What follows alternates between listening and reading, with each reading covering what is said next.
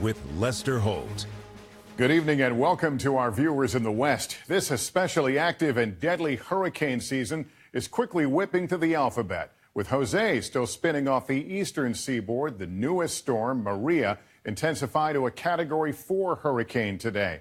And tonight it's making a beeline towards some of the same Caribbean islands decimated less than 2 weeks ago by Irma, including the hard-hit Virgin Islands.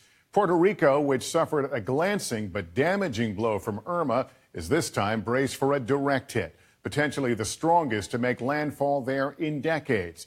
Thousands still in the dark from the last storm are stocking up on provisions tonight ahead of Hurricane Maria. Our Gabe Gutierrez is in San Juan now with the latest. Tonight, already lashing the Caribbean island of Martinique, Hurricane Maria, a powerful Category 4 storm, is now barreling towards Puerto Rico. We are very worried. Today in San Juan, a frantic scramble for supplies. Again, just days after Irma, Maria has rapidly intensified. The government now declaring a state of emergency, rationing basic provisions like water and baby formula. There's no water anywhere. Can't find water, I can't find ice. While Irma decimated islands like Barbuda, it only grazed Puerto Rico, but still knocked out electricity to 75% of the island. More than 60,000 customers still in the dark. This spree of storms exposing problems with its fragile power grid and crumbling infrastructure. Among the hardest hit areas by Irma, the coastal town of Loíza. Debris still piled on the street.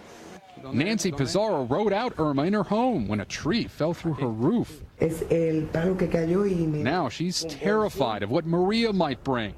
The island hasn't seen a Category 4 or 5 storm since 1932. It's going to be a challenge. Today, Puerto Rico's governor, Ricardo Rosselló, urged people in flood-prone areas to get out. It's the difference between life and death. It's really that simple. Puerto Rico was the safe haven for some 3,500 Irma evacuees from other Caribbean islands, some on dialysis still in this shelter. Others, like Gabriel Wilson from St. Thomas, are now desperately trying to find a flight to the U.S. mainland. I'm thinking, how much more does my home have to take, you know? Puerto Rico, the island that helped those devastated by Irma, now in Maria's direct path. A hurricane warning is now in effect for the entire island. The National Weather Service here says it expects catastrophic winds. The government is preparing hundreds of shelters to house more than 100,000 evacuees if necessary. Lester. All right, Gabe Gutierrez in San Juan.